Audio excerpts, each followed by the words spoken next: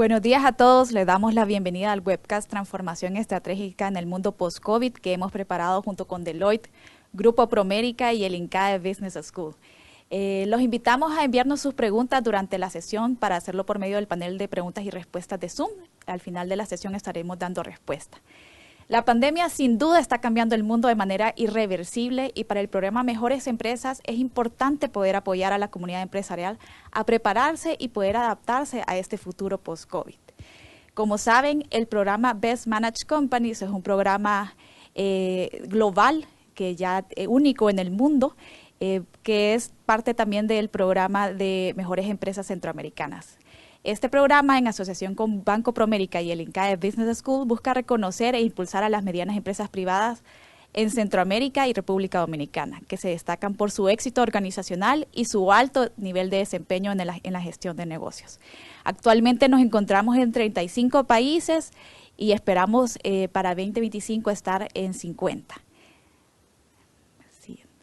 Los beneficios que tiene el programa, pues como saben, todas las empresas que concluyan el proceso reciben un diagnóstico integral elaborado por nuestros expertos, en el que además de identificar sus principales fortalezas y áreas de oportunidad, también pueden medir y comparar su desempeño respecto al sector, tanto local como de la región. También, entre otros beneficios que tienen, es la mejora continua en los procesos de negocios, el fortalecimiento y el posicionamiento de sus marcas, el relacionamiento y las alianzas con otras empresas que también participan en el programa, la asesoría de negocios que van a recibir por parte de los coaches, de nuestros 3 patrocinadores y obviamente también que el programa no tiene costo en ninguna etapa del programa. Entre los criterios que tenemos para este programa, pues es obviamente ser una empresa privada mayoritariamente con capital de la región de Guatemala, El Salvador, Honduras, Nicaragua, Costa Rica, Panamá o República Dominicana, tener ventas entre 1 a 12 millones de dólares, tener una operación mínima de 5, presentar estados financieros auditados de los últimos 3 años y pues obviamente también tener una disposición para compartir información de su estrategia y resultados. También los invitamos a registrar a sus empresas sin ningún costo antes del 31 de mayo. Hasta este día podrán registrarse las empresas y participar en la primera edición de Mejores Empresas Centroamericanas, que sin duda es un reconocimiento que tendrán las empresas y sobre todo los invitamos también a que puedan participar y recibir este diagnóstico integral sin ningún costo que recibirán sus empresas. Entonces, registro.mejoresempresascentroamericanas.com es el sitio donde podrán registrarse de una manera fácil. Si sus empresas llenan con estos criterios, podrán participar en la primera edición y ser reconocidas como las mejores empresas centroamericanas. En esta mañana tenemos el placer de presentarles a nuestros 3 panelistas, quienes compartirán las principales áreas que deberán trabajar las empresas para no solo adaptarse, sino también desarrollar nuevas capacidades y romper esquemas tradicionales de negocios para tener un crecimiento sostenible. Es un gusto para mí presentarles a Octavio Martínez, director del Centro Latinoamericano para la Competitividad y el Desarrollo Sostenible de INCAE Business School, el doctor Luis Rivas Anduray, vicepresidente ejecutivo de operaciones de Grupo Promérica, Daniela Guiñaga, socio líder de Gobierno Corporativo de Deloitte. Gracias a los 3 por acompañarnos. Estaremos en esta mañana presentando una ponencia bastante enriquecedora para nuestras empresas de la región y pues vamos a empezar con el profesor Octavio. Gracias, Octavio, por acompañarnos. Esta mañana nos podrías platicar de qué dependerá la competitividad empresarial en nuestros países y cómo la 4ª revolución industrial toma protagonismo en este mundo post-COVID. Muchas gracias, Diana. Muy buenos días a nuestra audiencia que nos acompaña esta mañana. Esperamos que ustedes, su familia y sus núcleos cercanos se encuentren muy bien en estos momentos retadores que estamos enfrentando. Muchas gracias a los organizadores por esta gentil invitación para ser parte de este distinguido panel y oradores. Esta mañana en mi intervención me gustaría desarrollar principalmente 3 grandes ideas. En primer lugar, hablar un poco sobre la coyuntura que nos va a tocar vivir luego de esta pandemia y cuáles van a ser algunos de esos retos que en el corto plazo vamos a estar enfrentando. En segundo lugar, me gustaría hablar un poco de los cambios estructurales que veníamos enfrentando desde antes de la pandemia y ahora van a estar todavía mucho más vigentes luego de este contexto que nos ha tocado vivir. Y ahí entra mucho lo que mencionaba de transformación digital y cuarta revolución industrial. Y en tercer lugar, me gustaría elaborar un poco sobre los principales ajustes estratégicos a nivel de nuestras empresas para enfrentar este mundo post-COVID. Esas son las tres ideas que me gustaría desarrollar brevemente. Permítanme empezar con el primer tema, resaltando que nos va a tocar vivir una coyuntura realmente retadora. Vamos a superar el reto sanitario en un mediano plazo, pero van a quedar algunas consecuencias negativas que vamos a tener que sortear en los próximos años. En esta filmina resumimos algunas de ellas. En primer lugar, en la parte política, vamos a estar enfrentando un mayor riesgo de confrontación política y social, producto del contexto y la situación en que quedamos luego de esta pandemia. Hace unas 3 semanas ustedes vieron el estallido de protestas sociales que empezó a vivir Colombia como producto de las reacciones a una propuesta de reforma tributaria. A los pocos días que se da el estallido, renunció el ministro de Hacienda, la propuesta fue retirada, fue cancelada y aún así continúa escalando la violencia y se ha extendido todavía a la actualidad. Así que la pandemia va a dejar a nuestros ciudadanos con un sentimiento de cierta forma de hartazgo por el deterioro de esa calidad de vida y la ausencia de oportunidades económicas que están enfrentando. Otro elemento a considerar es que durante la pandemia ha habido un deterioro en la institucionalidad en nuestro gobierno y una pérdida de confianza de la población en la capacidad de las instituciones públicas para enfrentar la crisis. Hemos visto un retroceso importante en la transparencia y rendición de cuentas en la gestión de programas y compras públicas durante la crisis. Así que existe mucha decepción de nuestros ciudadanos por este retroceso y por la poca capacidad de las instituciones de enfrentar el reto. Así que la gobernanza misma de nuestros países va a salir debilitada de esta coyuntura. Y el tercer elemento en el campo político es que pensamos que va a existir una mayor intervención de parte de nuestro gobierno para crear y fortalecer una serie de regulaciones para atender los enormes retos que nos van a quedar en la parte de salud, por un lado, la seguridad física, la ciberseguridad y el medio ambiente, ¿no? Así que la actividad empresarial deberá prepararse para gestionar este rol creciente del Estado que vamos a esperar observar en muy corto plazo. En la parte económica sabemos el impacto enorme que nos generó COVID en 2020. Latinoamérica se redujo su economía en el orden de un 7,5% y Centroamérica casi el 6%, lo que significa que nos va a tomar más de 2 años regresar a los niveles de actividad económica del 2019. La distribución, además, y aplicación desigual de las vacunas y el poco acceso que tienen muchos de nuestros países actualmente va a reducir esa capacidad de reintegrarse a la economía global de manera rápida, va a reducir la velocidad con que podemos lograr reactivación económica y complejidad para fortalecer tanto nuestro comercio como la atracción de inversión extranjera. Los países, luego de esta situación que hemos vivido en 2020 y continuamos en 2021, termina en una situación financiera mucho peor que la que enfrentaban luego de la crisis financiera de 2009, ¿no? El espacio fiscal para enfrentar y estimular las economías se ha reducido significativamente. Ahora tenemos déficits más grandes y mayores niveles de endeudamiento. Y vemos países como Brasil, Argentina, Costa Rica y El Salvador en nuestra región, que han hecho un gran esfuerzo fiscal para aumentar sus gastos, para enfrentar la coyuntura de la pandemia y al mismo tiempo han visto reducir sus ingresos tributarios en muchos de nuestros países, ¿verdad? Una combinación muy, muy complicada, ¿verdad? Los niveles de deuda han crecido, los cuales los deja en situaciones vulnerables frente a una posible crisis de deuda, menor acceso a fondos de crédito para financiar sus gastos públicos en los próximos años o acceso con costos mucho más onerosos para sus deudas soberanas. Y finalmente en esta parte económica también nos preocupa un debilitamiento en el sistema comercial y aumento de las medidas proteccionistas en los países. Inclusive antes de la pandemia veíamos un mayor número de medidas proteccionistas que se venían implementando a nivel global, y esto podría empeorar en la medida que nuestros políticos traten de sacar rédito de la coyuntura con mensajes más populistas, ¿verdad? Tratando de ganarse el voto de un electorado con un gran nivel de descontento con sus gobiernos actualmente.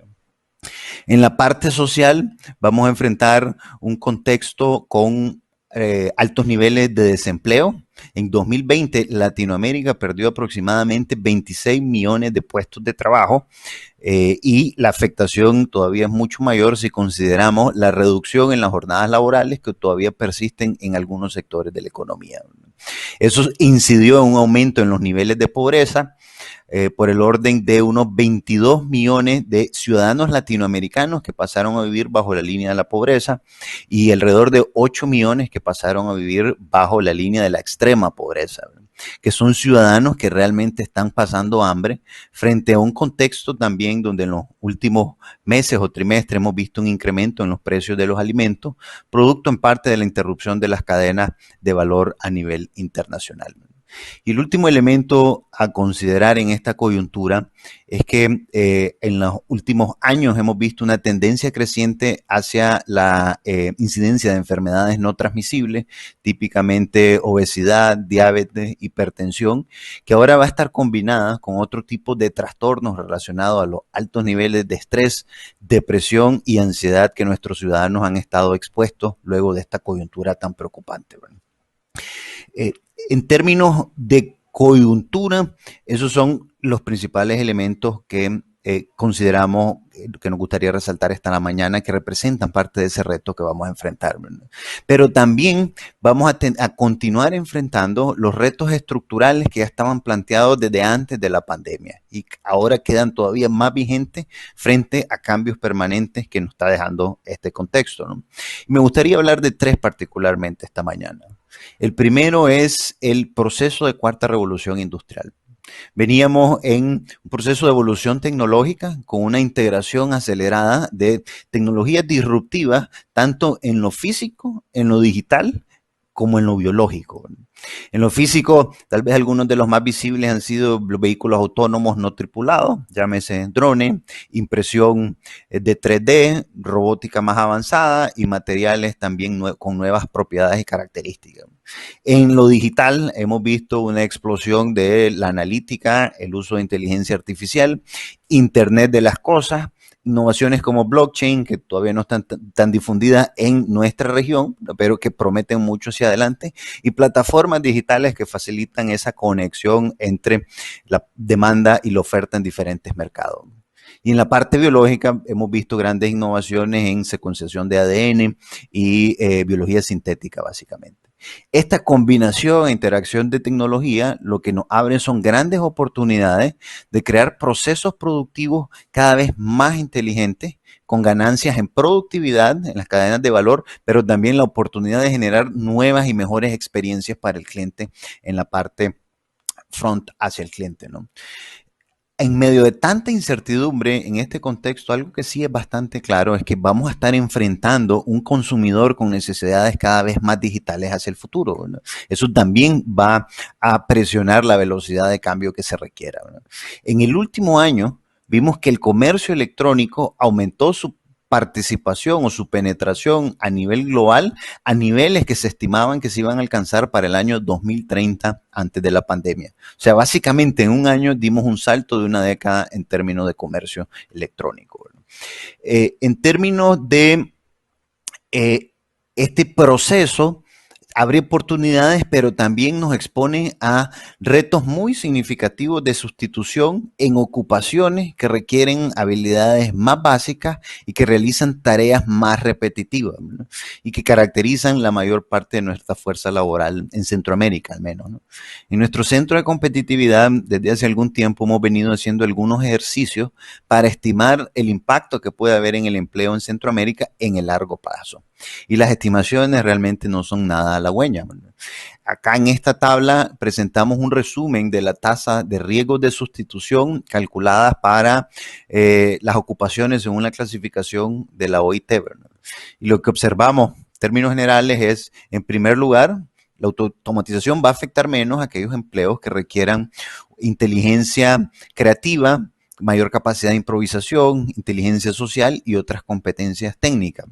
Y acá vamos a encontrar gerentes profesionales y técnicos con un riesgo de sustitución relativamente bajo, un 10%, y además son quienes se posicionan mejor para aprovechar las nuevas ocupaciones que se van a ir creando que todavía no existen, ¿verdad? Pero vamos a tener un gran porcentaje de nuestra fuerza laboral en esas nuevas ocupaciones en un futuro no muy lejano, ¿verdad?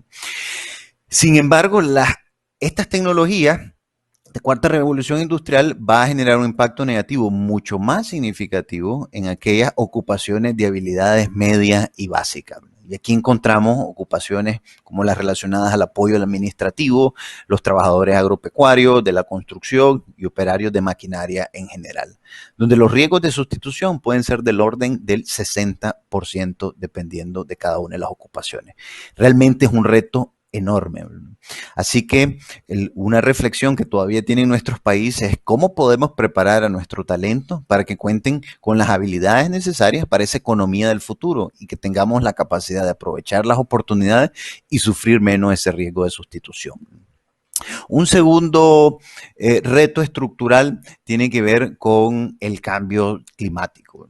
La pandemia ha sido hasta el momento posiblemente el reto más grande que le tocó vivir a nuestra generación, pero es un reto coyuntural. Lo vamos a superar en un mediano plazo. El cambio climático es realmente una condición estructural con consecuencias negativas de carácter irreversible, ¿no? Y ese es un reto todavía más grande de el que estamos enfrentando actualmente. Lo que pasa es que avanza a un ritmo un poco más lento, ¿no? El cambio climático nos puede generar una escasez muy importante en ciertos recursos, lo más visible, agua. Va a generar riesgo para nuestra infraestructura, la disponibilidad de alimentos para nuestros ciudadanos y las cadenas de suministro global en general. Y vivimos nosotros en Centroamérica, en una región que tiene muchas bellezas, grandes virtudes, pero también una de las regiones más vulnerables a nivel global frente al fenómeno del cambio climático. En los últimos 30 años se han básicamente triplicado la incidencia de los efectos de los eventos meteorológicos extremos. A principios de los 80, básicamente se registraban en promedio unos 5 tormentas y huracanes al año, ¿no? En los últimos 10 años hemos promediado alrededor de 20, ¿verdad? Solo el año pasado recordemos que 2 huracanes con categoría 5 devastaron las costas caribe de Nicaragua y Honduras en un espacio de 2 semanas, ¿verdad? Algo realmente antes tal vez inimaginable, ¿no? Teníamos alrededor de 10 inundaciones significativas al año a principios de los 80. ¿Verdad? Hoy en día promediamos anualmente un poco más de 30, ¿verdad? Entonces hay un aumento significativo de esos eventos extremos al mismo tiempo de episodios de sequía y temperaturas extremas que también afectan no solo la vida cotidiana, sino la actividad productiva. Así que el cambio climático posiblemente va a ser el reto más grande que nos va a tocar enfrentar hacia adelante. Y el tercer reto estructural tiene que ver con el rezago en nuestros niveles de progreso social, principalmente en los países del CA4. Estamos hablando de Nicaragua, Honduras, El Salvador y Guatemala, ¿verdad? ¿Qué es progreso social? Es calidad de vida de los ciudadanos en dimensiones más allá de lo económico. Y en este slide que aparecen muchas estadísticas, ¿verdad? Más que ver el detalle, lo que me gustaría resaltar son los resultados a nivel global de progreso social de nuestros países latinoamericanos según mediciones que hacemos desde nuestro Centro de Competitividad y Desarrollo Sostenible. Están ordenados la lista de países de acuerdo a su clasificación global y luego en las columnas abrimos las calificaciones que tienen en los 12 pilares de progreso que nosotros medimos. Básicamente me gustaría resaltar 2 patrones, ¿verdad? Primero, que los países del CA4 son los países latinoamericanos peor calificados, es decir, que somos los países de toda la región latinoamericana, no estamos refiriendo solo a Centroamérica, que ofrecen la peor calidad de vida a sus ciudadanos. En un extremo tenemos a Chile, Costa Rica, Uruguay como los países con mejores niveles de progreso social, ¿verdad? Costa Rica, un país miembro de nuestra región, ¿verdad? Y en el otro extremo de la tabla tenemos a nuestros países miembros del CA4, ¿verdad? Y un segundo patrón que podemos ver un poquito en la variación de los colores, entre más rojizo significa una calificación más baja. Y vamos a ver que en nuestros países del CA4 tenemos una deuda muy importante en temas de seguridad personal, acceso a tecnologías de información, salud, derechos personales y libertades, inclusión y acceso a educación superior, que es clave para la nueva economía digital. Con esto me gustaría elaborar un poco sobre realmente los ajustes estratégicos que vamos a necesitar en nuestras empresas para enfrentar este futuro tan retador, ¿verdad? Van a ser varios. Hoy me gustaría resaltar los tres que consideramos más importantes frente a este contexto, que son la resiliencia, la transformación digital y la sostenibilidad. En términos de la resiliencia, las compañías que van a ser más exitosas en este futuro van a ser aquellas que tengan la capacidad de rediseñar sus cadenas de valor y sus operaciones para ser más resilientes frente a diversos siniestros que pueden aumentar en términos de frecuencia. En esta ocasión nos ha tocado vivir en la pandemia. Cada año tenemos eventos meteorológicos extremos como ETA y OTA el año pasado, o podrían ser protestas sociales como las que estamos viendo en Colombia, podrían ser ciberataques como los que vimos en las recientes semanas a uno de los principales gasoductos en el sur de Estados Unidos, podrían ser inclusive eventos bélicos como el lamentable episodio que vimos en los últimos días en Israel, ¿no? Así que necesitamos anticiparnos a la ocurrencia de este tipo de eventos y establecer mecanismos que nos ayuden a construir resiliencia. Y aquí permítanme compartir una estadística en un estudio que hicimos en nuestro centro el año pasado, ¿verdad?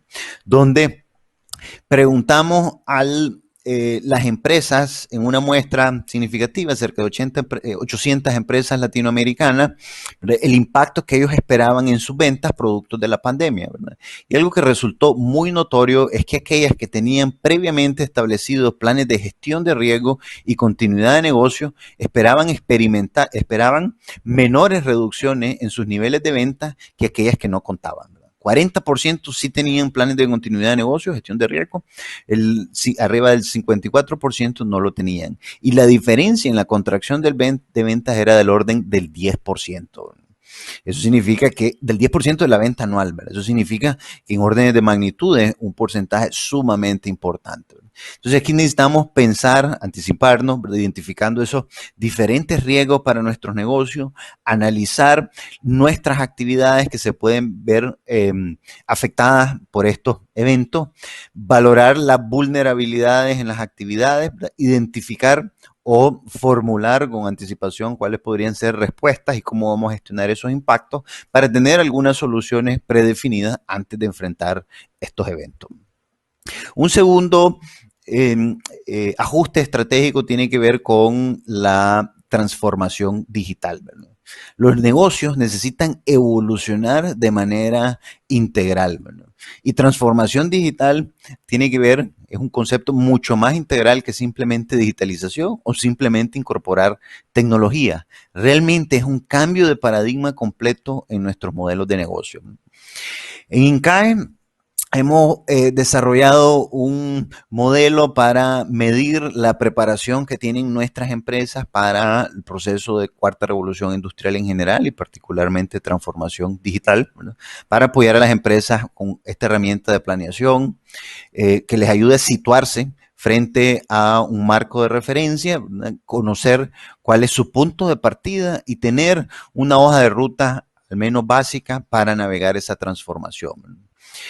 Próximamente vamos a estar lanzando esto en una plataforma digital específicamente en Nicaragua y en colaboración con el Banco Interamericano también se va a hacer un despliegue con otros aliados en el resto de los países centroamericanos. Es una plataforma de diagnóstico y recomendaciones básicas completamente gratuita que vamos a poner a disposición de la comunidad empresarial de la región, ¿verdad? Y acompañado además de un amplio menú de cursos programas de formación que ayuden en el desarrollo de habilidades digitales que requieran la nueva economía, la gran mayoría de acceso completamente gratuito. En esta filmina ilustramos un poquito ese modelo de madurez con una aplicación que hicimos a Costa Rica en una muestra de 65 empresas, principalmente el sector manufactura, pero se incluye también un poco el sector servicio. Costa Rica, el país que pensamos que puede tener el mayor nivel de avance en este tema, tuvo una calificación de 4.09 en esta muestra, en una escala de 10, que lo coloca en un nivel apenas superando la fase de principiante, ¿verdad? Y pensamos que puede ser el país que tiene el mayor avance y aún así tiene un espacio enorme para avanzar en el proceso de transformación digital, ¿verdad? Y el concepto tiene que ser integral, partiendo de, según propone nuestro modelo, de la estrategia misma de la organización, ¿verdad? Es un replanteamiento del modelo de negocio, cómo vamos a incorporar estas tecnologías, qué significan para nuestra propuesta de valor y para los productos que vamos a estar ofreciendo con capacidades inteligentes o inclusive digitales, ¿verdad? Tenemos que pensar en la inteligencia de datos. Vimos en nuestra muestra que la mayoría ya capturan una cantidad de datos muy significativos, sin embargo, tienen oportunidades para optimizar el uso de esos datos. La mayoría no tiene todavía una estructuración de la data para un uso más estratégico y tampoco han incorporado herramientas que permitan un análisis más sofisticado, más profundo, más automatizado. Y básicamente en la muestra lo que vimos es que el 50% de la data que capturan, que recopilan las empresas, no son utilizadas de ninguna forma. Solo utilizamos menos del 50%. Necesitamos pensar en interoperatividad. Observamos en nuestra muestra que las compañías habían incorporado en alrededor de un 50% de los procesos alguna capacidad de cómputo, ¿verdad? Hay captura de datos, conviven en nuestras empresas diferentes sistemas informáticos, pero tienen poca capacidad de extraer y aprovechar los datos que cada sistema genera, ¿verdad? Entonces, no hay interoperabilidad para tener una capacidad analítica más amplia, ¿verdad? En automatización, vemos que menos de un tercio de los procesos evaluados contaban con automatización, la gran mayoría todavía son procesos manuales en nuestra región. En digitalización ya habían algunos esfuerzos en operaciones, en gestión administrativa y en sistemas de información. Sin embargo, el nivel de avance todavía es incipiente. Alrededor había tal vez una digitalización en un tercio de los procesos, había menos del 20% ya tenían implicaciones claras en la propuesta de valor de las empresas y muy pocas empresas tenían ya productos inteligentes o digitales como parte de su portafolio. En las tecnologías 4.0 en general, había algún conocimiento de estas tecnologías, pero muy poca implementación. Hay una brecha entre ese conocimiento básico y cómo se pasa a una implementación. En términos de talento humano, que tal vez donde estaba mejor calificado Costa Rica, había una buena base de competencias en general, pero en ciertas habilidades técnicas centrales para la economía digital, habían debilidades que necesitamos ir cerrando.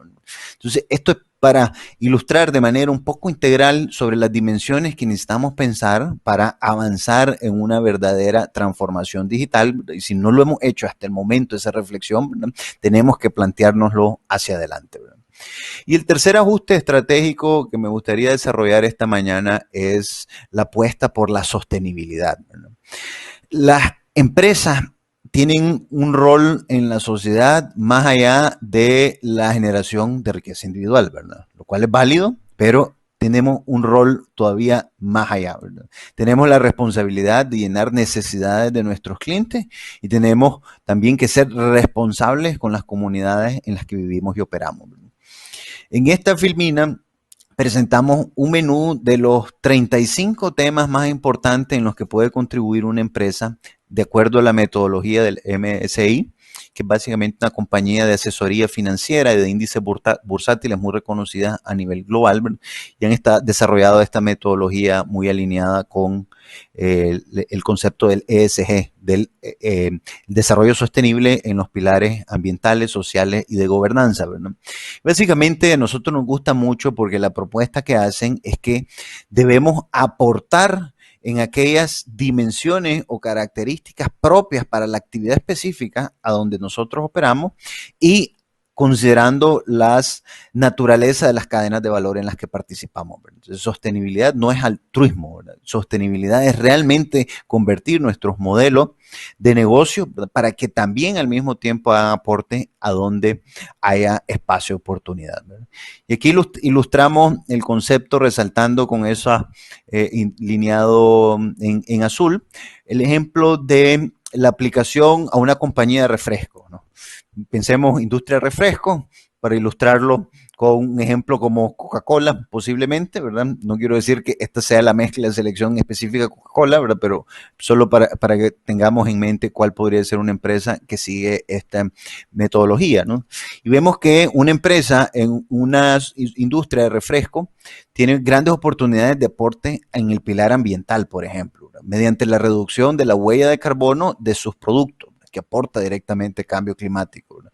Podemos ser más eficientes con el uso del agua, ¿verdad?, reducir ese estrés hídrico, ¿verdad? Ahí hay un aporte muy importante que realizar también. Contribuir con soluciones para la contaminación de los materiales de empaque, llámese los plásticos de un solo uso o el PET, que se ha convertido en el principal enemigo de los cuerpos hídricos en nuestros países, ¿verdad? Y también viéndolo de manera integral, en el pilar social, contribuir a la salud, seguridad ocupacional de nuestros colaboradores, ¿verdad?, cuidándolos internamente, pero además innovando para contribuir a la nutrición y a la salud de nuestros consumidores, nuestros clientes, ¿verdad? Y ahí podemos aportar a uno de los objetivos de desarrollo sostenible, que es hambre cero en la próxima década, ¿verdad? Y en el pilar de gobernanza, que seguramente Daniel nos ampliará un poco en este tema, ¿verdad? Ahí no se trata de qué escogemos, en qué vamos a aportar, ¿verdad? Ahí el compromiso es realmente tener un gobierno corporativo y conductas corporativas integrales en todas estas dimensiones, ¿verdad? Y me gustaría resaltar la parte de ética en los negocios, ¿verdad?, que es un elemento muy cuestionado a veces en nuestra región, ¿verdad? Y necesitamos contar con las mejores prácticas y estándares en temas de gestión de corrupción, sobornos, prácticas anticompetitivas y similares, ¿verdad?, y la transparencia tributaria, ¿verdad?, como contribuyentes en tiempo, forma y con toda la transparencia, ¿verdad? Entonces acá el enfoque tiene que ser cuáles de estas 35 dimensiones realmente son relevantes para mi empresa y mi negocio, ¿verdad? Y una vez que la tenga identificada, incorporada en nuestra estrategia, ¿cuáles van a ser las acciones particulares para generar un aporte en esa dirección? Y con esto cierro con 3 reflexiones muy rápidas, que son, en primer lugar, que en la pandemia estamos enfrentando una crisis sistémica que es un cambio irreversible al mundo, como nos decía Diana al principio, ¿verdad? Este es un punto de inflexión que nos va a llevar a algunos cambios perdurables, ¿verdad? Así que no esperemos que vamos a regresar a la antigua normalidad, sino que preparémonos para enfrentar esa nueva normalidad. La competitividad empresarial va a depender de la habilidad que tengamos en evolucionar en este proceso de cuarta revolución industrial, ¿verdad? Si no, vamos a tener rezagos todavía mayores en relación a los competidores de otras regiones del mundo, ¿verdad? Y además va a depender en nuestra capacidad de contribuir a un desarrollo económico más sostenible, ¿verdad? Y aquí hemos hablado de 2 grandes áreas, en cambio climático y progreso social, donde hay muchísima oportunidad para innovación. Y finalmente, las empresas que aspiren a ser parte de este futuro deberán realizar importantes ajustes estratégicos. Hoy hemos planteado 3, pueden haber otros, creemos que estos 3 son de los principales, pero van a requerir nuevas capacidades y van a requerir romper con esquemas tradicionales de negocio y también con paradigmas mentales que tenemos, ¿verdad? Así que es importante que si queremos ser parte de ese futuro, empecemos la tarea desde hoy mismo, ¿verdad? Así que muchas gracias. Que tengan muy buenos días todos. Gracias, Octavio. Sin duda nos ha brindado un panorama muy acertado de los principales retos que deberán enfocar la comunidad empresarial en la región. Para seguir ampliando más sobre el tema de transformación digital, nos acompaña el doctor Rivas de Grupo Promérica. Buenos días, doctor. Sabemos que un factor muy importante al que las empresas deberán adaptarse en este mundo post-COVID es en temas de transformación digital. ¿Nos podría comentar cómo deberán prepararse las empresas de la región para adaptar las nuevas tecnologías y ser sostenibles en el tiempo? Bienvenido. Hola, ¿cómo estás? Muchas gracias. Quisiera agradecer primeramente a los organizadores por esta invitación. Es para nosotros, en Grupo Promérica, un privilegio poder compartir con ustedes cómo estamos viendo el desarrollo del mundo post-COVID y qué estamos haciendo. Esta no es una presentación formal, sino que es un esquema que plantea algunas ideas de cómo vemos las cosas o más bien de lo que los expertos dicen tomado para los principales elementos de cómo se ven las cosas y qué estamos haciendo nosotros como grupo financiero y bancario para adaptarnos a esta nueva realidad que nos afecta a todos y que nos requiere hacer cambios importantes, como los menciona muy bien de manera extraordinaria Octavio Martínez, para estar cerca de nuestros clientes, de las comunidades a las que apoyamos y para apoyarlos en estos grandes retos que se nos vienen encima a todos. Eh, en la primera filmina lo que hicimos, en la primera y segunda filmina lo que hicimos fue en base a nuestra dinámica de planificación estratégica, tomamos una serie de fuentes de qué es lo que dicen los expertos. Ahí se publicó en The Economist una serie de retos. El CLACS tiene otros estudios importantes y nosotros recopilamos y vemos ciertas y tratamos de simplificar aquí ciertas tendencias básicas que vemos. Bueno, que Octavio ha mencionado acertadamente varias. Una es que el mundo está viendo el futuro inmediato como un nuevo inicio. O sea, que este tema transitorio del COVID nos ha enfocado en otros temas más permanentes o más de largo plazo y la gente está viendo esto como un nuevo inicio y una suerte de renacimiento. Segundo, todo se está volviendo más virtual, más digital. Tercero, y esto es muy importante para nosotros como banca, es que está sucediendo una transformación radical de los hábitos. Es decir, el trabajo a distancia que se disparó en el 2020 está para quedarse. El mundo va a ser una mezcla de trabajo en casa y trabajo en oficina. Dos, los hoteles y el turismo de trabajo se va a reducir de manera importante. Los congresos y reuniones como las que estamos teniendo hoy van a ser en línea, como las estamos teniendo. Los hogares se están volviendo más tecnológicos y más adaptados al trabajo y al estudio. El estudio a distancia ha tomado un auge muy importante. La productividad en las empresas se está midiendo ahora diferente, no se está midiendo como la persona está trabajando a distancia, no se está midiendo por un supervisor que está encima de la persona, sino que se está midiendo con plataformas de medición de resultados. La forma de contratar está cambiando, se contrata de manera más fácil, más eficiente y con más precisión. La interacción es que vemos la interacción como la base del futuro, la experimentación de lo auténtico. El otro factor bien importante es que hay un cambio hacia nuevas formas de generar transacciones comerciales y el comercio es, eh, es la nueva normalidad. Las empresas que no invierten en tecnología se mueren. El manejo de datos, las bases de datos, la inteligencia de datos que mencionaba Octavio, se vuelve algo más delicado y más dinámico. Las grandes marcas valen por su transparencia en el uso de esta información y esto le da credibilidad, es decir, todo se puede replicar menos el prestigio. El turismo regresa fortalecido, acompañado de mucha tecnología y lo repetitivo se vuelve virtual y por suscripción. Y estos son algunos elementos de cómo estas nuevas transacciones comerciales se están desarrollando. Siguiente, por favor. Como lo mencionaba también en su presentación, Octavio, nosotros también vemos que posterior a la pandemia va a ser natural que las sociedades se enfoquen en los grandes temas, en el medio ambiente, en grandes temas permanentes que estaban antes de la pandemia y que ahora, después de esta experiencia transitoria, nos hace regresar y verlos con mayor atención y con mayor cuidado. Son temas como el medio ambiente, como el temas energéticos, temas de salud y educación. Las fuerzas laborales evidentemente se van a reducir. Esto va a aumentar desempleo, esto va a causar problemas sociales que ya venían sucediendo por otras razones. Esto va a requerir que los países y las personas se enfoquen en estos problemas globales y los resuelvan utilizando nuevas tecnologías. Y uno de los temas más relevantes y apoyados en este contexto es el medio ambiente y el cambio climático, como un enfoque natural después del COVID. Las personas se están replanteando sus metas personales de trabajo, de salud, de dinero e inclusive espirituales.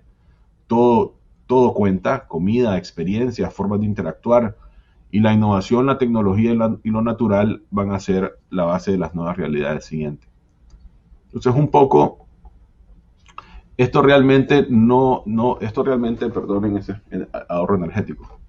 Nuestro enfoque, dijéramos que le voy a hablar de lo que creemos que debería ser la estrategia de la banca, pero que realmente es la estrategia nuestra como grupo. Nuestro enfoque tiene 4 pilares. Uno es, queremos ser líderes en la transformación digital. Tenemos una migración de la transaccionalidad de agencias a canales digitales. Necesitamos, como bien decía Octavio, esto no es un tema solo de adaptar tecnologías o de sacar productos que son fáciles de usar o que se usan en el teléfono, sino que sirven también de asesoramiento a nuestros clientes, de experiencias tanto en el lugar de trabajo como en las comunidades y de interacciones entre nuestro personal y nuestros clientes. El tema de sostenibilidad, es un pilar estratégico para nosotros. Nosotros fuimos 3 de nuestros bancos, forman parte de los 43 bancos que firmaron en Nueva York el año pasado las emisiones netas cero de banca responsable con las Naciones Unidas, donde están bancos globales también.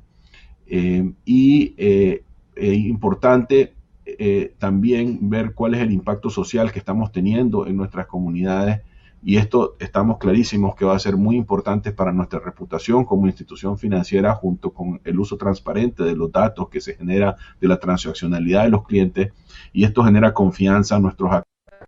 Proveen una gran cantidad de líneas de crédito y de inversiones en bonos que nosotros emitimos para poder nosotros financiar nuestra cartera y nuestras actividades, y que son líneas verdes y que nosotros las podemos trasladar también hacia líneas verdes. Los otros 2 temas son la competitividad, que están asociados al tema de transformación, y la complementariedad, que están asociados al tema a los otros 2. Esto es relevancia en nuestros mercados. Vamos a ver, esto también va a suceder con otros bancos. Vamos a ver también una consolidación de los sistemas financieros, más de la que ya veníamos viendo, y también complementariedad, porque todas estas tendencias que están sucediendo hacen que las personas cambien sus hábitos de consumo y de gasto y de endeudamiento, y hace de que los márgenes financieros vayan bajando, es decir, que las tasas de interés vayan hacia la baja, y esto hace que también nosotros tengamos que transformar nuestra base de ingresos para poder invertir nuestras utilidades en futuros crecimientos de nuestras carteras de crédito en base a actividades que no son netamente financieras, y que están asociados con la sostenibilidad y que están asociados con la digitalización. Siguiente, por favor. Entonces, ¿cómo lo harán? Pues pusimos aquí, pero realmente es cómo lo estamos haciendo nosotros. El primero es con un enfoque claro en productos sostenibles y digitales integrales. Aquí nosotros tenemos una cantidad importante de nuestras disponibilidades en líneas verdes, y estas líneas verdes cubren todo el espectro de créditos. Estamos hablando de préstamos pymes, estamos hablando de préstamos corporativos, consumo, agricultura sostenible. También estamos dirigiendo estos recursos al financiamiento de proyectos de energía renovable, eficiencia energética, uso eficiente del agua, riego, por ejemplo, en la parte agrícola, gestión de residuos y reciclaje, y también a certificaciones para financiarle a las empresas, certificaciones verdes que creo que Octavio mencionó algunas, como las huellas de carbono, y otras que vamos a hablar en un ratito.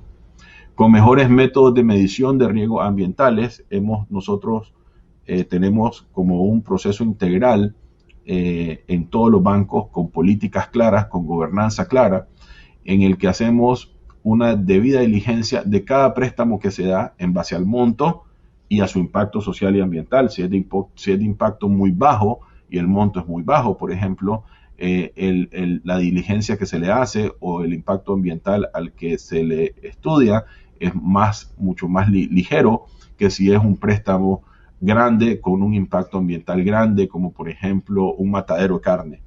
Es decir, eso va a tener un impacto importante y tiene que hacérsele una debida diligencia mucho más profunda. Luego, eso lo hacemos, créanlo o no, con cada uno de los préstamos que damos, desde los préstamos personales, pymes, consumo y como préstamos corporativos más grandes, haciendo en cada préstamo, midiendo. No lo hacemos nosotros no somos especialistas, hemos establecido relaciones estratégicas con algunos centros que se dedican a esto en las universidades, y ellos son los que nos hacen las metodologías y nos miden el riesgo para nosotros después, en base a eso, sea un tema para sumarlo al tema de aprobación o no aprobación de crédito. Luego tenemos establecer alianzas para medir impacto ambiental y social de la cartera de créditos, que es lo que les acabo de hablar. También medir el impacto ambiental y social de cada préstamo, que también les acabo de hablar. Y el tema de clientes y comunidades con mayor inclusión y verdadera responsabilidad social empresarial. Aquí estamos hablando de educación y asistencia financiera, de capacitación en finanzas personales, de capacitación a nuestro personal y de otorgamiento de becas y de estudios y capacitación a nuestros clientes, especialmente en las pymes. Muchos de estas becas se nos dan a nosotros de las mismas instituciones que nos financian nuestras actividades verdes, como el IFC, el FMO, la DG y otras instituciones financieras internacionales. Siguiente, por favor. También dando el ejemplo es muy importante. ¿Qué hemos hecho nosotros? La mayoría de los servicios y sucursales son energéticamente eficientes. Hemos hecho una inversión muy importante en paneles solares y luces LED. Son 100% luces LED y un porcentaje muy importante en uso de paneles solares. Tenemos el uso de bolsas biodegradables en todo lo que es los empaques, el manejo de efectivo, de monedas, en los empaques de tarjetas de crédito, en los empaques de entrega de tarjetas de crédito. Ya no son plásticos, sino que son biodegradables. El programa de que todos los estados de cuentas se entreguen de forma virtual y no impresa para no utilizar papel. El uso de botellas, el no uso de botellas plásticas en todas nuestras instituciones, instalando filtros de carbono, y cuando se presenta un cliente ya no le ponemos una botella de agua, sino le servimos un vaso con agua filtrada. El reciclaje de papel y no uso de política reciente que se llama cero papel, que es utilizar cero papel en el día a día de nuestras operaciones. También lo estamos haciendo con una mejor medición del impacto social y ambiental de las carteras de préstamo, como les explicaba, qué financiamos, a qué equivale en ahorro energético y en reducciones de emisiones. Con una nueva gobernanza basada en sostenibilidad y digitalización, estamos ahorita atravesando un momento sumamente importante en nuestra estructura organizacional, en la que el CDO, el Chief, y eso estamos en este momento en tomando decisiones, el Chief Digital Officer se vuelve la segunda persona más importante en comparación, y el director de sostenibilidad en comparación después del CEO. Siendo otro tema importante es que una cosa que va a ayudar a que las empresas tengan acceso a financiamientos más baratos y a financiamientos verdes para sus actividades va a ser el tema de certificaciones. Nosotros como banco nos hemos certificado, tenemos varios bancos certificados con la huella de carbono, tenemos varios bancos certificados con certificaciones LEED en el uso de energía en sus instalaciones, y tenemos una gran cantidad de premios verdes de distinta naturaleza, pero comprendemos que nuestra clientela, sobre todo las pymes, es muy costoso para ellos certificarse, porque es un proceso costoso que requiere de preparación, que requiere de inversión. Entonces, una cosa que hemos pensado es que los bancos, si tenemos una estrategia de sostenibilidad clara y creíble con nuestros acreedores, con nuestros corresponsales, con nuestros calificadores, entonces podemos convertirnos en una especie de, no de un hub de calificación, sino que como estamos midiendo nuestros préstamos, su impacto social y ambiental, y las empresas están dando seguimiento y están utilizando estas líneas verdes, podemos garantizarles a sus proveedores y a otros stakeholders de que estas personas están siendo responsables con el ambiente y estas empresas están siendo responsables con el ambiente, para las que no se puedan hacer su proceso de certificación, y para las que sí puedan, inclusive financiarle ese proceso de certificación. Yo creo que con esto no tengo una filmina de conclusiones, pero sí decirle de que coincide mucho con lo que está viendo el INCAE, y creo que les da una idea de lo que un sector en particular puede hacer en este tema de sostenibilidad y digitalización, que es lo que son las cosas más importantes que están sucediendo en el mundo, y que el COVID lo que vino es a acelerarlo, ¿no? Es decir, vino a que fuéramos mucho más rápido en esas direcciones. Muchísimas gracias. Muchas gracias, doctor, por compartirnos la experiencia que tiene el Grupo Promérica. Sin duda será de mucha ayuda para todas las empresas de la región para tener una perspectiva de los retos que se enfrentan y lo que deberán trabajar. Y también para hablarnos de sostenibilidad de empresas nos acompaña Daniel Aguiñaga. Bienvenido, Daniel.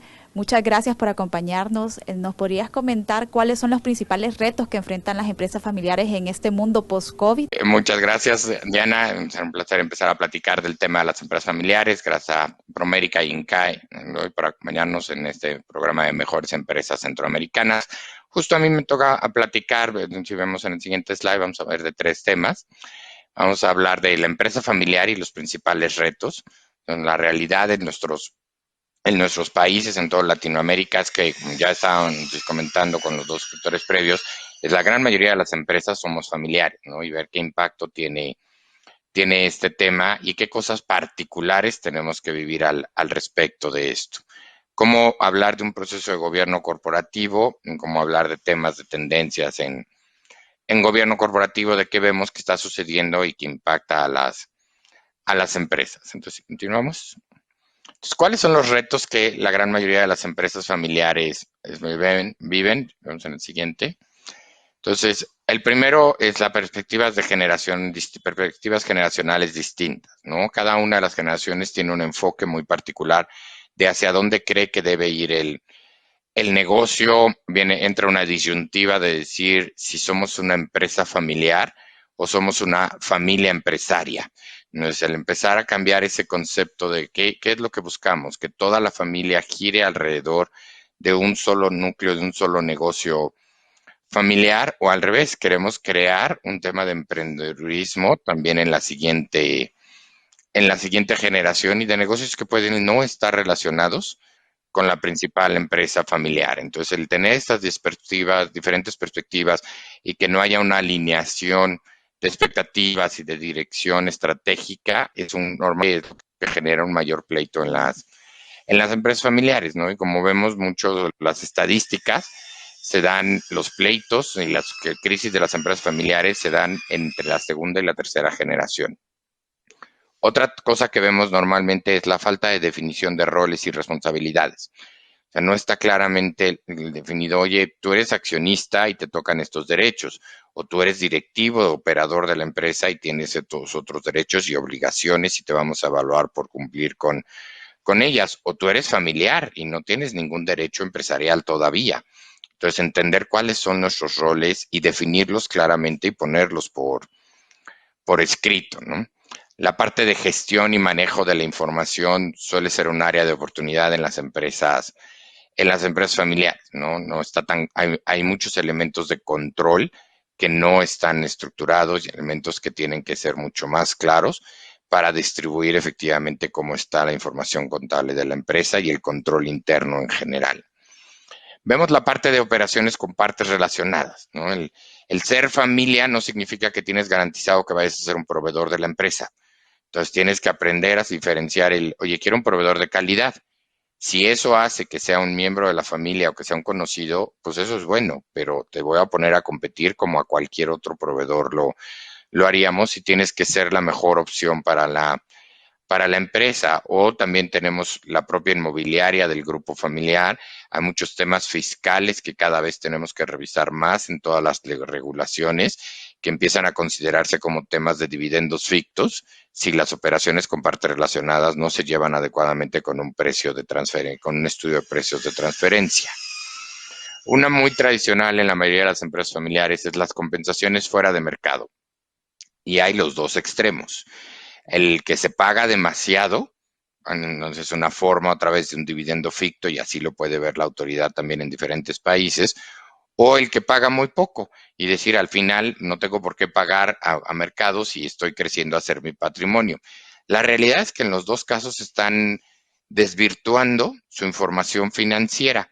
Porque en el caso cuando pago muy poco, pues entonces resulta que yo veo mi rentabilidad y pues creo que soy una empresa muy rentable, pero si mañana tuviera que tener a alguien que no fuera de la familia en ese puesto, de un año a otro mi rentabilidad va a bajar mucho o no voy a ser capaz de atraer el talento que quisiera. Personas no calificadas en puestos claves, ¿no? Hay esta interpretación todavía mucho en algunas empresas familiares del derecho sanguíneo, ¿no?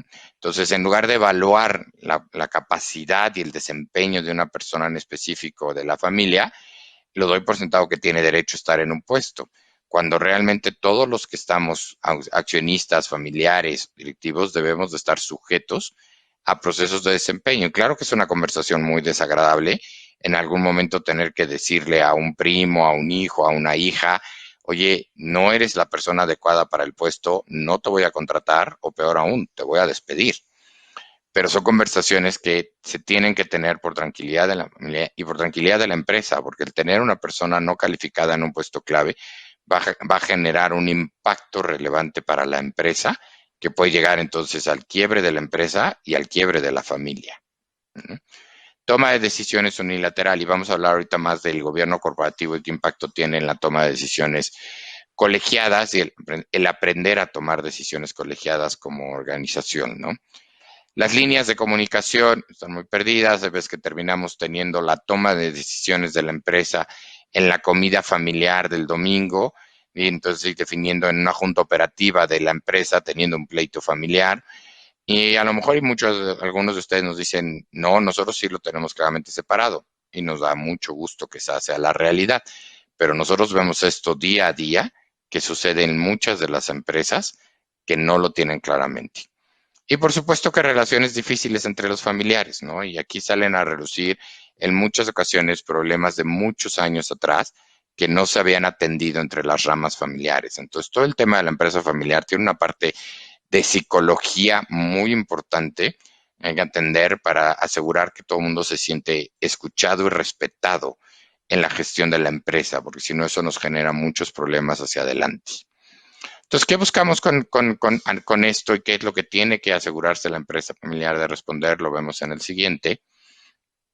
Y nos lo platicaban ya ahorita, América, la parte de generar transparencia y confianza de inversionistas, accionistas, acreedores, bancos, más.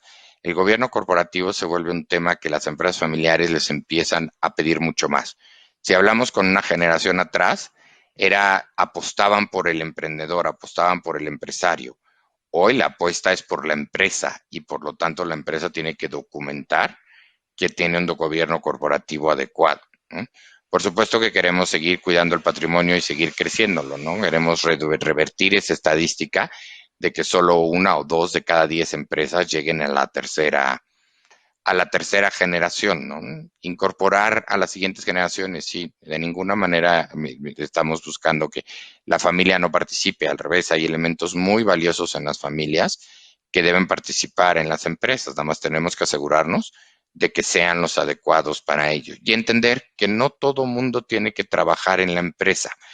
Entendamos que los organigramas familiares siempre van a crecer más rápido que las empresas, ¿no? Entonces, imaginemos una primera generación, una pareja de fundadores con 4 hijos, fácilmente para la tercera generación estamos hablando de 12, 15 personas. Entonces, definitivamente no voy a tener todos esos roles laborales en la empresa, ¿no? Entonces, todo esto alineado a responder a esos retos familiares y a las presiones del mercado actual, ¿no? Entonces, ¿qué vemos en un proceso de institucionalización? ¿Y qué es el gobierno corporativo? Lo vemos en un par de slides adelante. Entonces, el gobierno corporativo es un mecanismo de control, un mecanismo que regula y gestiona las relaciones entre los accionistas, los órganos de gobierno, la administración de la sociedad y hasta sus terceros interesados, ¿no? Y muchas veces lo primero que nos dicen las empresas familiares, nos dicen, no, eso es de las grandes empresas, eso es de las empresas que cotizan en la bolsa, yo no soy un corporativo. Entonces, ¿sabes? Lo que nos gusta es decir, bueno, aunque el término oficial es gobierno corporativo, velo más como un tema de modelo de gobierno. Y todas las empresas tienen un modelo de gobierno. Desde una empresa recién fundada, donde el emprendedor es el único que toma las decisiones, una empresa familiar donde sigue siendo como fundador y a lo mejor y tiene algunas personas de confianza con quien debates algunas ideas, ya sea la fundadora o el fundador. Entonces, pero entender que todas las empresas tienen un modelo, lo que cambia es el grado de institucionalización. Entonces, sí, una empresa que cotiza en un mercado de valores, pues sí va a tener un consejo de administración, una junta directiva formalizada, hasta con comités, tiene que cumplir con porcentajes de independientes. Pero una empresa familiar puede empezar a tener desde un modelo donde tiene un consejo consultivo, donde realmente empiezas a trabajar en un modelo de gobernanza que ya no sea basado en una sola persona, es ir evolucionando ese modelo que hoy existe. Y todos ustedes, a la hora que pudiéramos platicar con cada uno de los que están conectados, algún tipo de modelo tienen. Nada más tenemos que identificar cuál es el grado de madurez y cuál es el grado de madurez deseado en el mediano y en el largo plazo para que entonces puedan establecerse metas al respecto, ¿no? Y mantener esa visión y objetivos de la empresa, buscar que haya un mejor proceso de toma de decisiones y de toma de decisiones colegiadas, empujando la salud de la organización y la mitigación de riesgos, ¿no? Entonces, hablamos mucho en la parte de mejores empresas centroamericanas, en los diagnósticos que están haciendo, hablamos mucho del grado de institucionalización. Si lo vemos en el siguiente, tiene que ver también con cómo se comunica, si ya existen órganos de gobierno, qué tan estructurada está la administración, los niveles de toma de decisiones, la planeación estratégica, la toma de facultad, la documentación de facultades, de procesos, de controles, entender los riesgos de la organización y sus sistemas de gestión. Cuando hablamos de riesgos operativos, financieros, tecnológicos, cibernéticos, ambientales, sociales, políticos. O sea, el que la organización sea capaz de hacer su análisis de riesgo y discutirlo dentro de ese modelo de gobierno es parte natural de ese proceso de institucionalización y de cómo estamos desarrollando a las empresas. Entonces, cuando hablamos de gobierno corporativo en una empresa familiar, hablamos de un proceso de institucionalización, de un proceso de aclarar las relaciones entre familia, accionista, empresa y de la toma de decisiones a lo largo de la organización y cómo se está estructurando esta parte, ¿no? Y por último, en la parte de qué estamos viendo nosotros en los órganos de gobierno de las empresas, en la parte de tendencias, lo que nosotros estamos viendo que se habla hoy, y no importa el tamaño de la empresa, y lo comentaban ahorita un poco en los expositores previos, ¿qué significa si pasamos un par de slides, por favor? Hablamos de regresar a la normalidad o regresar a la nueva normalidad. Entonces, en un consejo de administración, en una junta directiva, tenemos que discutir qué significa eso para para mi empresa? O sea, ¿qué cosas de la crisis se van a quedar? El comercio tecnológico, la distribución, el trabajo remoto, ¿qué cosas sí van a regresar y cuándo llegaríamos a esa nueva normalidad? Entonces, en su momento nadie tuvimos la oportunidad de discutir como prevención de crisis y ahí sí les puedo asegurar que ninguna empresa pudo tener planeado qué hacer en caso del COVID porque no lo teníamos en el radar. Pero ahora sí tenemos muy claro que que vamos a regresar a algo que no es donde estamos. Entonces, ¿qué tan preparados estamos para regresar a operar? ¿Cuáles son los modelos de gestión que vamos a ocupar de antes y cuáles son los modelos de gestión? O sea, el impacto en la evaluación de desempeño que ha tenido en las organizaciones, esto es significativo. Ya no, o sea, hay organizaciones que tenían bono de puntualidad, bono de asistencia, y se medía conforme a la hora que dabas el check cruzabas la puerta. Ahora, ¿cómo evaluamos a la gente? ¿Cómo nos movemos a modelos de evaluación basados en resultados en un modelo de trabajo remoto? Todos los temas de bioseguridad y ambientes que las empresas estamos viendo y que tenemos que atender la seguridad de nuestros empleados en las organizaciones, los comportamientos y de alguna manera los miedos. Ahora, una de las cosas, sobre todo para aquellas empresas que no pertenecen a sectores esenciales y que estuvieron bueno, que estamos, incluyo, en lockdowns mucho más fuertes, hay también una parte psicológica de decir, bueno, ¿y la gente qué tan segura se siente de regresar? ¿Qué tanto quiere regresar? Entonces ahora vamos a tener que atender también esa parte de desarrollo organizacional y de miedos en ese sentido, ¿no?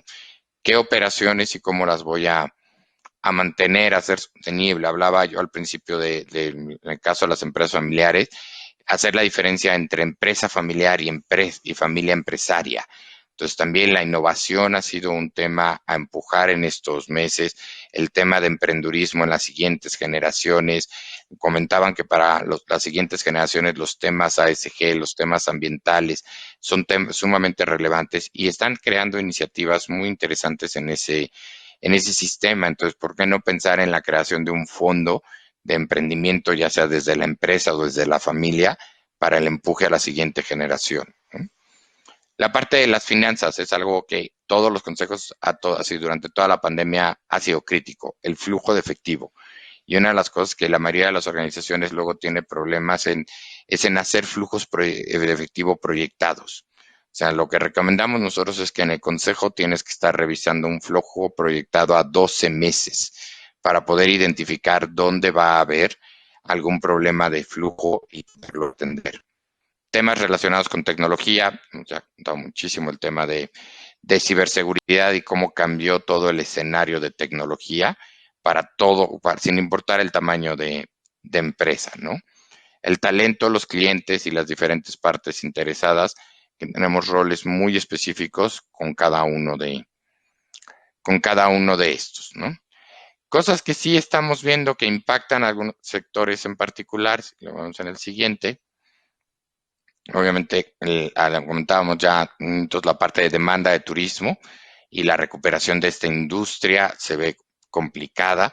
Entonces, también estamos viendo cómo se está renovando la industria de turismo y de entretenimiento en algunas cosas, la menor actividad económica global, pero hay que entender que sí la mayoría de las proyecciones que estamos viendo con todos los economistas pintan a que, digo, todavía este año será un año complicado, pero que el siguiente año tiene que ser obviamente ha bajado tanto que tiene que ser un crecimiento que no sea toda una recuperación de niveles pre-COVID, pero entonces tenemos que estar preparados también para, bueno, hemos estado en modo crisis los últimos meses, cómo empezar a tener también un modo de expansión, de crecimiento, de desarrollo, de inversión nuevamente, ¿no? Para nuestros países el tema de las remesas es un tema muy importante y en la mayoría se ha experimentado algún grado de caída al respecto, commodities dependiendo de la parte en la que estemos, temas de cadenas de suministro que han tenido impactos relevantes y uno de los impactos del sistema financiero que ha tenido un impacto en la mayoría de las empresas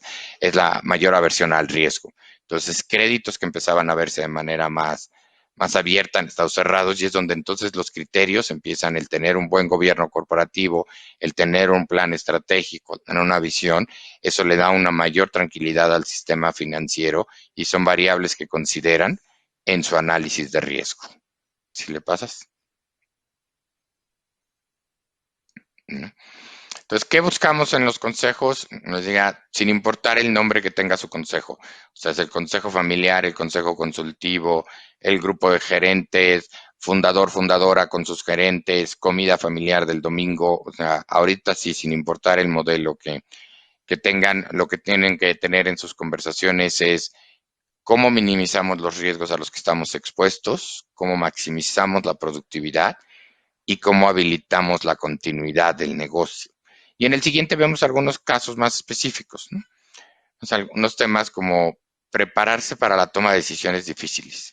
O sea, todavía faltan algunas tomas de decisiones de reestructura organizacional, noción de alcance del negocio, de qué tipo de tamaño de negocio vamos a hacer en el regreso, temas de sucesión, no solo en una dirección general, hablando de fundadores, sino hablando de diferentes posiciones en la organización, entender nuestros planes de continuidad de negocio. Entonces, bueno, hay un poco de las dos partes. Una parte de protección, que es cómo reduzco, cómo hago la visión de decisión del negocio, y la otra sí tiene que ver mucho más con la innovación, el crecimiento, las decisiones de canales de comunicación, de cadenas de suministro en nuestra organización y cómo vamos construyendo al respecto, ¿no? Y finalmente, lo último que quisiéramos dejarles como aquí, bueno, ¿qué cosas no podemos quitar de la agenda? Adaptación. O sea, tenemos que tener claros todos que tenemos que adaptarnos a cosas diferentes, a modelos, estructurando y analizando la incorporación de herramientas tecnológicas para agilizar estas operaciones. Análisis de riesgos. Repetimos mucho este tema, pero en el sentido de que tienen que tener una muy clara conversación de cuáles son los riesgos a los que está expuesta su organización y cómo los están atendiendo. El riesgo es algo bueno. En los negocios nos basamos en tomar un riesgo. Lo que necesitamos ver es cuáles son los riesgos que pueden afectar nuestro cumplimiento de objetivos y ver cómo lo hacemos. Inteligencia financiera. Ahorita el tema del efectivo se vuelve un recurso indispensable y entender cómo lo vamos a invertir y en qué lo vamos a invertir. Decía, medición del desempeño. Cambia todo el concepto de compensación ejecutiva y de evaluación de la gente en general. Y finalmente, cómo estamos construyendo nuestros modelos operativos y ajustando nuestras metas hacia este nuevo enfoque del negocio. Entonces, lo que buscamos siempre en las mejores empresas centroamericanas es que sean un ejemplo de gobierno corporativo sin importar su tamaño, ¿no? Entender que todas las organizaciones tenemos modelos de gobierno y que lo que debemos de aspirar siempre es que tengan un mayor grado de institucionalización. Muchísimas gracias. Muchas gracias, Daniel, por compartirnos estas tendencias de gobierno corporativo que sin duda serán de mucha ayuda para nuestras empresas que nos acompañan. Con esto concluimos nuestro webcast, no sin antes agradecer a nuestros 3 panelistas, quienes nos han brindado una mañana de mucho conocimiento, y pues los invitamos a hacer sus preguntas por medio del chat. Ya tenemos un par de preguntas aquí, entonces nos dicen: ¿cuál es el mejor momento para comenzar con la institucionalización de las empresas? ¿La crisis sanitaria es un factor para detener este proceso o para acelerarlo? No. Yo creo que al revés, es un factor que acelera. Entonces, porque es un factor que está impulsando muchos cambios en la organización y nos obliga a reconsiderar cómo hemos tomado decisiones hasta ahorita. Siempre tendremos motivos para decir, oye, es un proyecto que debemos de ver después, estoy enfocado en la operación, pero sí es muy importante que al revés, ahorita nos empuja a acelerarlo. Ok, perfecto. También nos piden que si les podemos brindar 3 recomendaciones importantes para adoptar una transformación digital en nuestro entorno de Centroamérica sin morir en el intento. Octavio, vale. Yo puedo comentar ahí un poquito.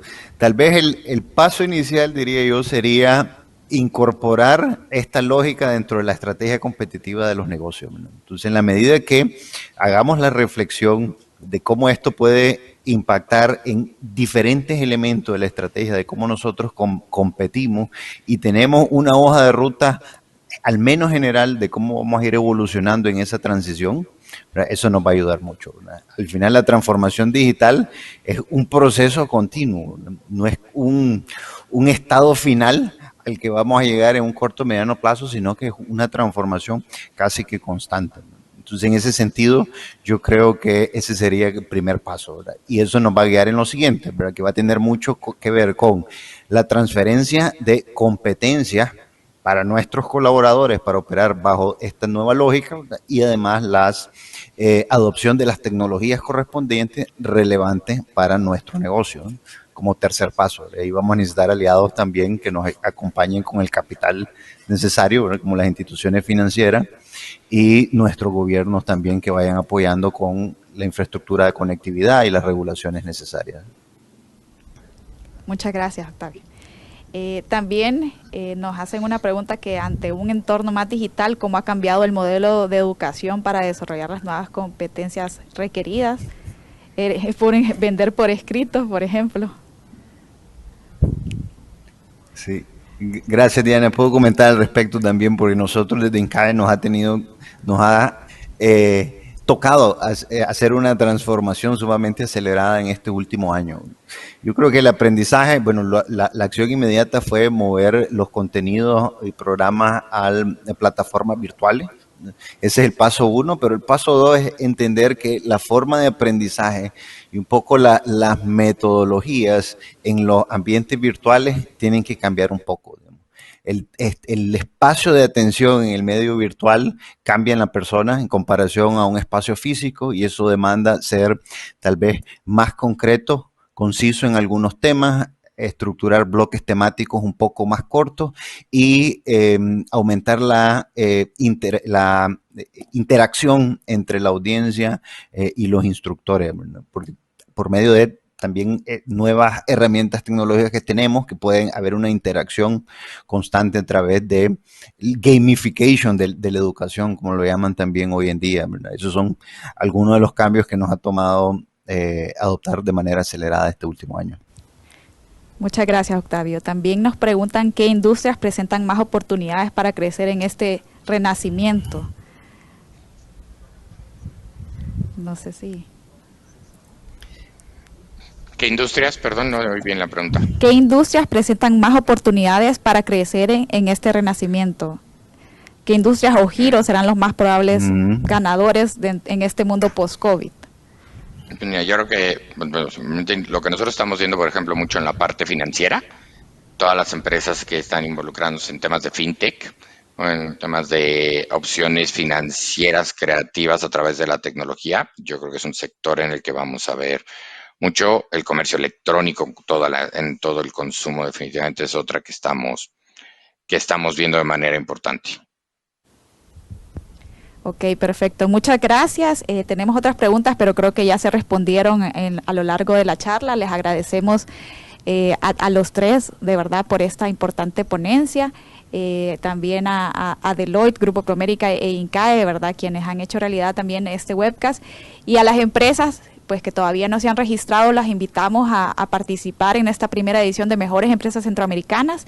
Tienen hasta el 31 de mayo para poder registrarse de manera totalmente gratuita. Entonces, muchas gracias a todos y gracias a ustedes nuevamente por darnos esta charla tan enriquecedora. Muchas gracias. Muchas gracias, muy buen día.